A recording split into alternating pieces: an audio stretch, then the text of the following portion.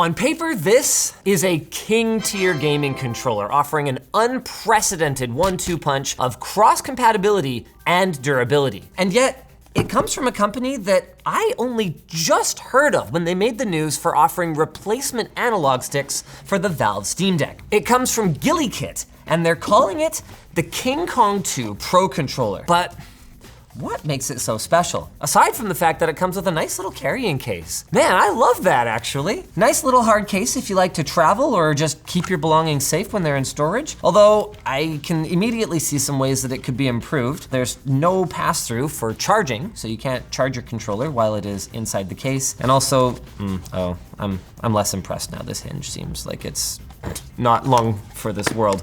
But the same cannot be said of the controller itself. On the surface, it looks just like an Xbox Series X controller. It's even got the same little textured dimples on the back, although there are some switch buttons added to it. We'll talk more about that later. But it's what's under the hood that counts. The KingKong 2 Pro, instead of using cheap potentiometer-based joysticks, uses Hall effect joysticks. So that means that unlike the PlayStation 5, Nintendo Switch, Xbox Series, and even the Valve Steam Deck, the KingKong 2 Pro's joysticks should last much longer. The reason for this is that potentiometer joysticks are kind of like us. It's not a matter of if, it's a matter of when they will expire. They use 2 potentiometers, one in the x-axis, one in the y-axis, and a potentiometer, if you're not familiar, is a variable resistor. So what happens is as you move the potentiometer, the voltage readout changes, indicating to your PC or to your console where the analog stick is. The problem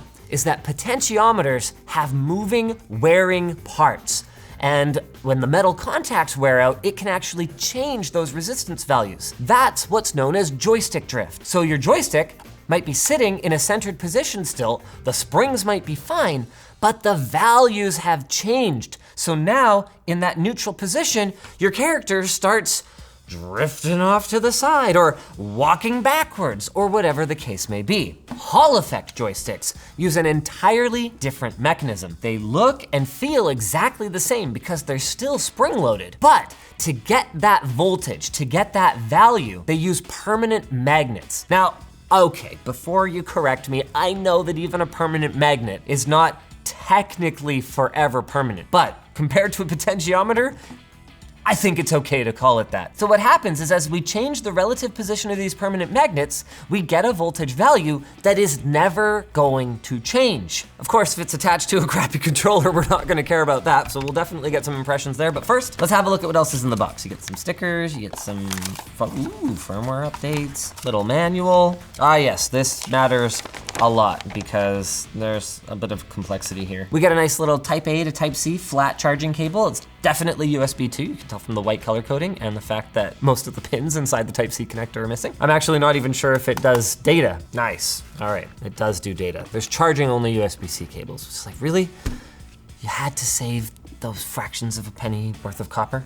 Next to the charging port, we've got a pairing button with accompanying 4 LED player indicator, just like you'd find on a Nintendo Switch. Then on the other side, we've got my first disappointment. I had really hoped, given that it is shaped exactly like an Xbox controller, that they might have found a way to work Xbox compatibility into the product, but unfortunately you need a third-party dongle like a Wingman in order to connect this thing to your Xbox. The good news is it does still have decent cross-platform compatibility. You can select either D or X input on Windows, depending on whether you're playing more retro games or if you just want it to be picked up automatically by modern games, that would be X input. You can select Android or iOS compatibility mode, or obviously Nintendo Switch, since it seems like their main target is Switch players who don't want to wear out their freaking joysticks. Because it's designed for the Switch, you'll find all the appropriate Nintendo specific buttons on the front. I did say I would touch on that later, as well as a 6-axis gyroscope inside that GuliKit claims will work just like in PC games without any software configuration or dedicated utility. I am going to want to try that out. Oh, also it supports amiibo tapping. Those are still a thing? Yes, so. Okay, cool. I mean, yeah, action figures, right? Like, sure. It occurs to me, we should probably have it. Oh my God, the ergonomics of the Switch Pro controller are not as good. The Switch Pro controller doesn't have analog triggers? I haven't played any Mario Kart this generation. What the actual Nintendo? And this thing is so expensive. I guess now's as good a time as any to talk about the price of the KingKong 2 Pro. It's $70 US, putting it right in line with first-party controllers in terms of pricing, and I would say pretty damn in line in terms of the build. That's ignoring the Hall effect joysticks too. Man, yeah, in line or better. Very little flex, good plastics. God, those are mushy shoulders. How do they get away with it? Charging as much as they do for first party. You hate, but at least they're not mushy. Here, try this thing. Yeah, like, I would take that over any one of these first party controllers. Soft triggers. Sorry, I realize I haven't even talked about D-pad is nothing special, especially after playing around with the GPD Win Max 2, which has like the Vita style D-pad. Stop trying to reinvent the D-pad. It's already been invented, okay? It's decent though. ABXY, decent length travel, not like super like wild clicky, like remember those Xbox compatible Razer controllers they did for a bit that had those like hyper clicky ABXYs? dbrand is apparently the sponsor for this video, and I've been asked to ask, what is dbrand doing? dbrand sent us a game for us to play. A game to play, oh my God. James is gonna join in too. I've actually played this before and I'm really good at it. So when the music stops, be not the last one to push a button. That was a false alarm? Yeah, it caught me. You doing it again? We're going until Linus gets shocked. Okay. I guess you that get means shocked I too? won. Yeah, we both did. That's how good I am, baby. That was it? That's the dbrand integration as they zap me? I guess you can buy their stickers if you want. They make them for all kinds of products like tablets, phones, laptops, game consoles. They've got their dark plates for the PlayStation 5. You guys can check them out. They have a weird sense of humor. Ow, that hurt. Theoretically, it should work just like a native Switch Pro controller. It even wakes the console, theoretically. Let's just cycle through the modes here. To be clear, I don't know that this is GuliKit's fault, but this has not been a great experience so far. Okay, let's go. Come on, buddy. I don't think that's the right. That's not the right one. If you look at the instructions, close the screen and select grip order. Seriously? That's the one? No, because you have Plus, to. minus for search. What the fuck? It paired. Am I the idiot? Is that? No one here's an idiot. It's just a misunderstanding. You know what? Now I get to embarrass myself in Breath of the Wild because I haven't touched this damn game in like 1,000 years. This feels great. I like this controller though. Gyroscope aside, I think that they could have a little less friction around the edge of the analog sticks. So I do notice a little bit of pull. I'd like to see them do better with that. I think they've got like a beauty ring, like a kind of accent around here that's causing a little bit of friction. I think it's the kind of thing that you could easily solve for yourself if you wanted to with like a little bit of like paraffin wax around the outside or something like that. You shouldn't have to do that. It should just be using Delrin or like some kind of self-lubricating material instead. So maybe for the KingKong 3 Pro, but ignoring that, man, do these ever feel good. The spring tension is great, and one of the benefits of Hall effect joysticks I haven't even mentioned yet is that because of their excellent durability, the manufacturers can trust that 0 will stay 0. So they tend to have much smaller dead zones. You can see I need to make only a slight, oh, see that? The slightest deflection of the joystick and Link starts walking. So your fine control, way better, which may not be as important on the left stick,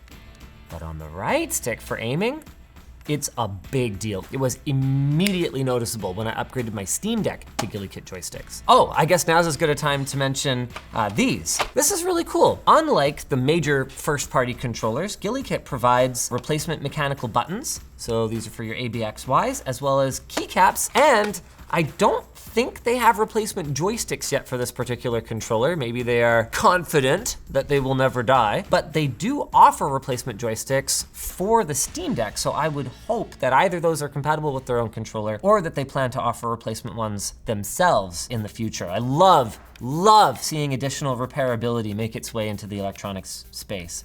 So they have additional sticks. The sticks themselves. They have the sticks themselves, but not the joystick box. That's hilarious. Talk about confident. Man, why don't we try out the gyroscope in one of the PC titles that they claim it will just magically work in? Now seems like as good a time as any to talk about some of the other functions of the controller by using this gear button. They call it like AI button. I don't know, it doesn't seem very AI to me, but it definitely does some cool stuff. You can swap the XBAY, so if you prefer the North American style, confirm here, back here, but you're playing a Nintendo or a PlayStation game, then you can just do what's natural for you, although it'll definitely cause some confusion if you have to do any kind of button mashing QuickTime events, I would think. You can set up basic repeat macros, so by holding the gear button and then pressing any of the right shoulder, trigger, or ABXY, you can have them repeat up to 20 activations per second. It has this really weird thing, like autopilot or something like that, where you can pretty much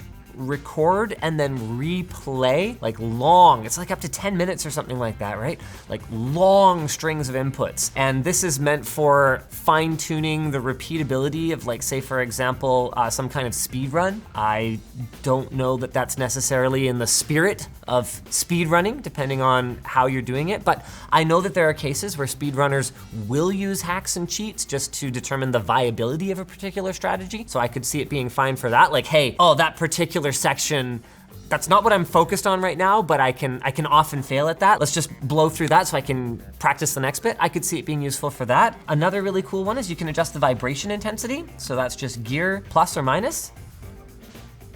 Did I say plus? Plus, minus, sorry. It has a plus and minus button, so that's really confusing. Gear up or gear down. Motion sense aim assist on PC.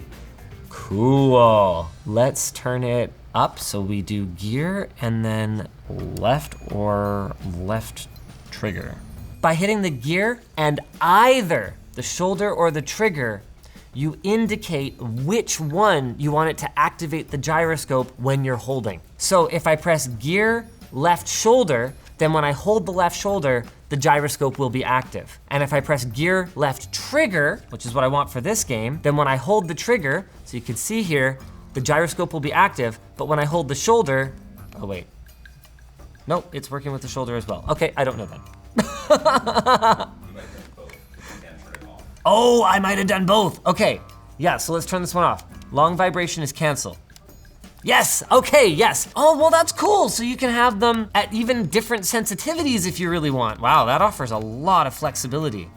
That's super cool. Now to be clear, like other gyro-based aiming schemes, it's not meant for you to enter gyro mode and like contort your controller like this. You're still gonna be using your right stick for the majority of your coarse motions. It's just for making little adjustments. I'm getting some jitter in the side to side.